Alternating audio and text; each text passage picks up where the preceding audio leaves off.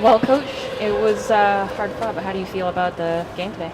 Look, we knew it was going to be difficult, and it was very difficult. So I'm delighted to come away with 3 points. Boston, well-organised team, disciplined.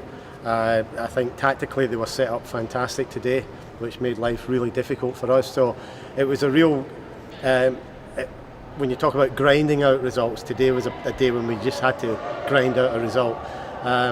And I'm really delighted we've done that, because this season we have rarely done that. We've had those kind of games, but usually ended up losing them 2-1. So for us, it was a good step forward to win a game that was that tight and that tough. So Alex Morgan and Marta have kind of been on fire recently. Was this on the timeline you planned for them, or are they exceeding your expectations? Both of them are pretty rubbish players. So for the fact of scoring goals is a bonus for us.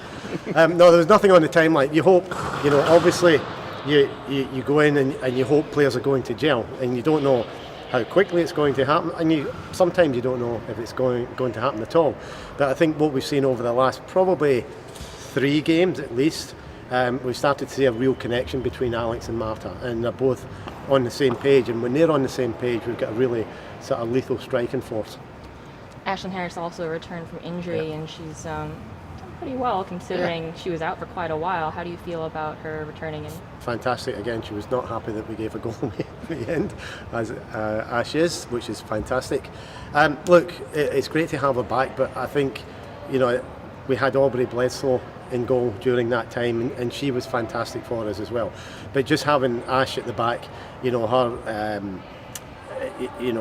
experience, her organisational skills, her presence, just makes that little bit of difference to us. I think 6 games left. I think 5 games. 6. Yeah, 5. How close do you look at the table, or you just take care of your own business? And happens. I think you're always glancing at the table, but we know that we've over the last having won. We always talked about trying to get on a run. We've now won 3 in a row, and that's got us up in the frame for the top 4. And I think mathematically, it puts our destiny in our own hands. So with 5 games to go, that's as good a position as you can hope to be in, and we just need to keep on trying to win games. And it's difficult in this league because the gap between the top and the bottom teams is minimal. And I think if you look at last week, Kansas had lost maybe several games in a row, and they just pulled out 2 unbelievable wins. So it's such a tight league. We just need to keep looking after our business, keep going out trying to win games. Any thoughts on the officiating tonight? I'll let Matt talk about that. I mean, there was some calls I think that both of us weren't quite in favour of, and I think where Boston is at the moment and where Matt is at the minute, I've been there. I was there last year, and when you're in that situation, things tend to go against you in games, and probably a couple of things happened tonight, in that regard. So it becomes very frustrating when you're on the receiving end of that. Jasmine, was her back? No, it was a hamstring. Okay. She took a knock and then she went for another run, and I think with the knock she felt her hamstring tighten up. So hopefully it's not too bad. Thank you. Well, I have one last question, but it's about Australia, so you guys can switch off if you want. So we just had Tournament of Nations. Australia kind of was like, hello. Yeah. Team you have a pretty solid tie to. You've got some Australians on your roster as well.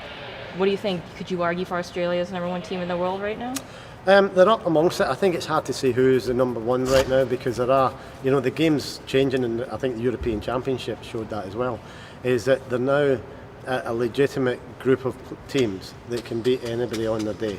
And Australia's one of them. But it's been one of them for a while. They've been knocking on the door, and I think what you're seeing now is a team that's still a very young team generally, but they've got an inordinate amount of experience. And Sam Kerr's a classic, 24 next month. She played for the Matildas in 2009. She's had 8 years of experience, Asian Cups, World Cups, etc. So they're in a very, very good spot at the moment in the Aussies. Thank you very much. Thank you. Pleasure.